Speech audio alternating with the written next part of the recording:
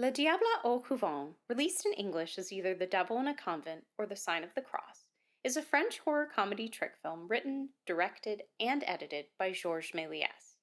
Released in 1899, it stars Méliès as the titular devil, but the rest of the cast is uncredited, as was typical for the time.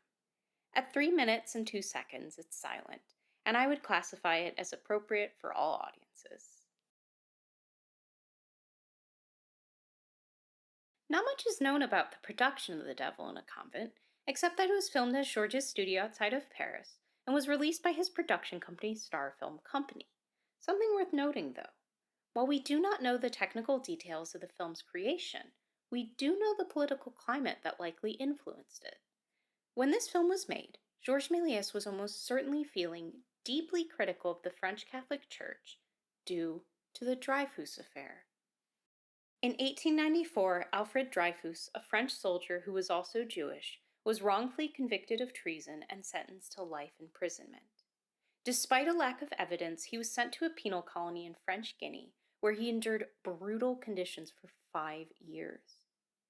In 1896, new evidence arose that exonerated Dreyfuss, but the French military suppressed it, acquitting the man who was actually guilty.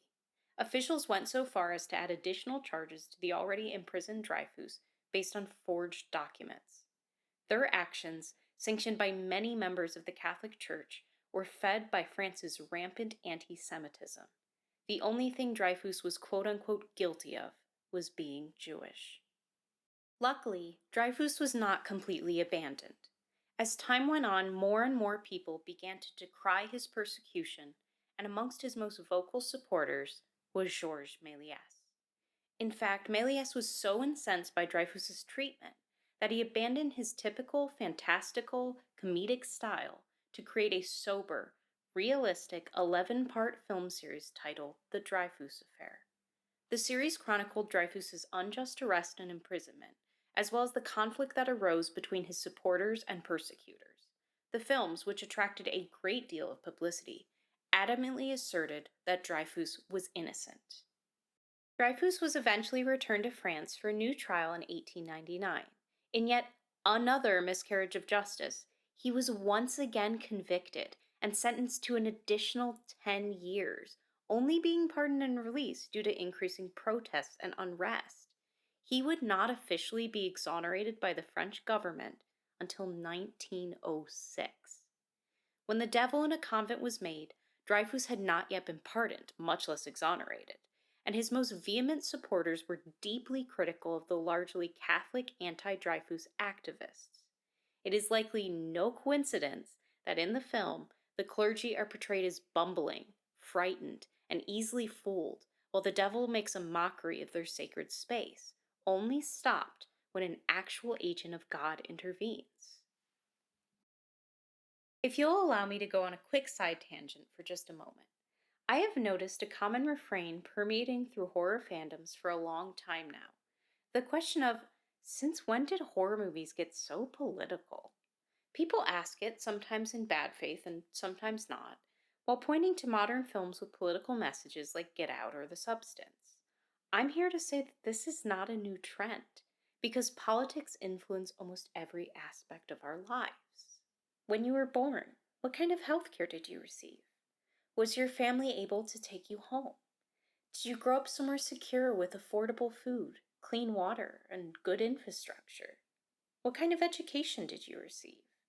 If you were different than those around you, how were you treated? Movies are not made in a vacuum.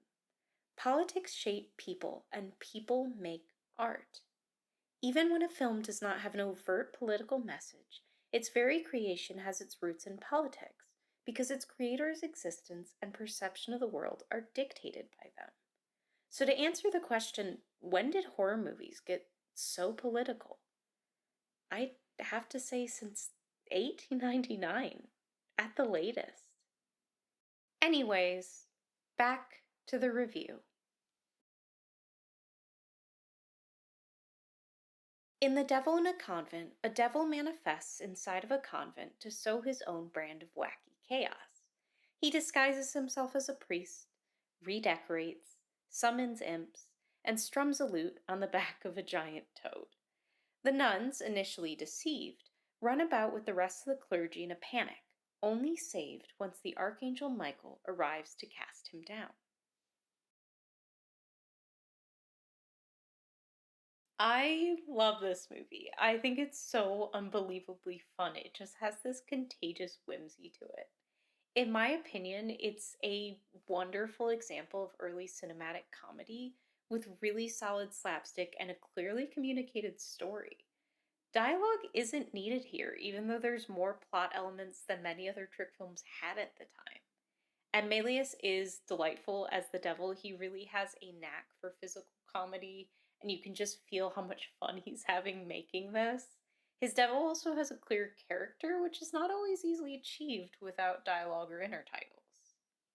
This film is also really strong on a technical level. It's crazy to me that this was made only a few years after Méliès's first film. It's so much more polished than his first horror movie, The Haunted Castle, which I reviewed in a prior video. The substitution splicing is wonderfully timed, the trapdoors and wire work and moving props are top notch for the era, and I just love the set. Despite it all taking place in one location, the space feels very dynamic. Shout out to the giant cat and frog in particular, they make me so happy. I am going to give The Devil in a Convent a 4.5 out of 5. I'd recommend it for fans of trick films, silly hijinks, or just good old fashioned slapstick. Danse du Feu, released as Haggard She, The Pillar of Fire in English, is a French occult trick film written, directed, and edited by Georges Méliès, with color work by Elisabeth Toulier. Released in 1899, it stars Georges Méliès as the devil and Jeanne Delsy as the woman. At 1 minute and 4 seconds, it's silent, and I would classify it as appropriate for all audiences.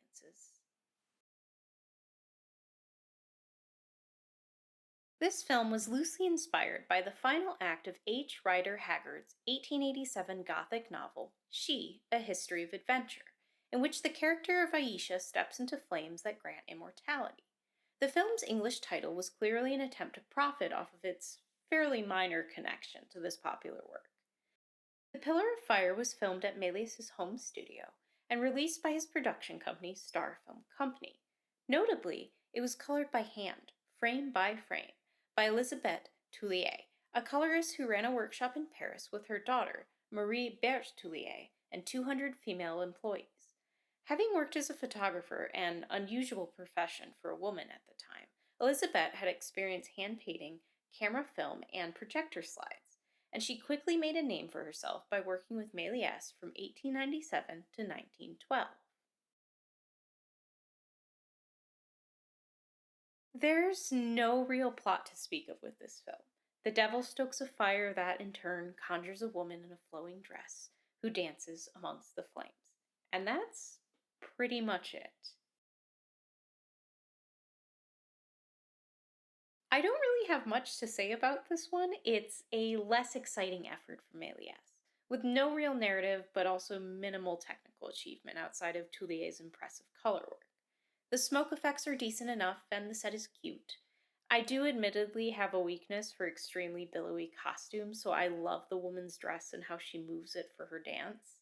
That part is kind of hypnotic for me. Overall, it's nothing necessarily to write at home about, but at barely over a minute, it's not a waste of time either. I will give Haggard She, The Pillar of Fire, a 2 out of 5.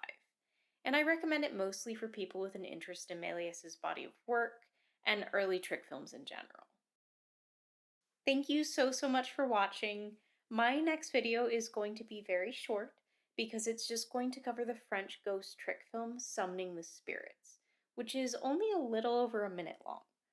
Ordinarily, for something that short, I do a twofer, but it's going to be the last film for the 1800s that I cover, and I don't really want to mix my decades.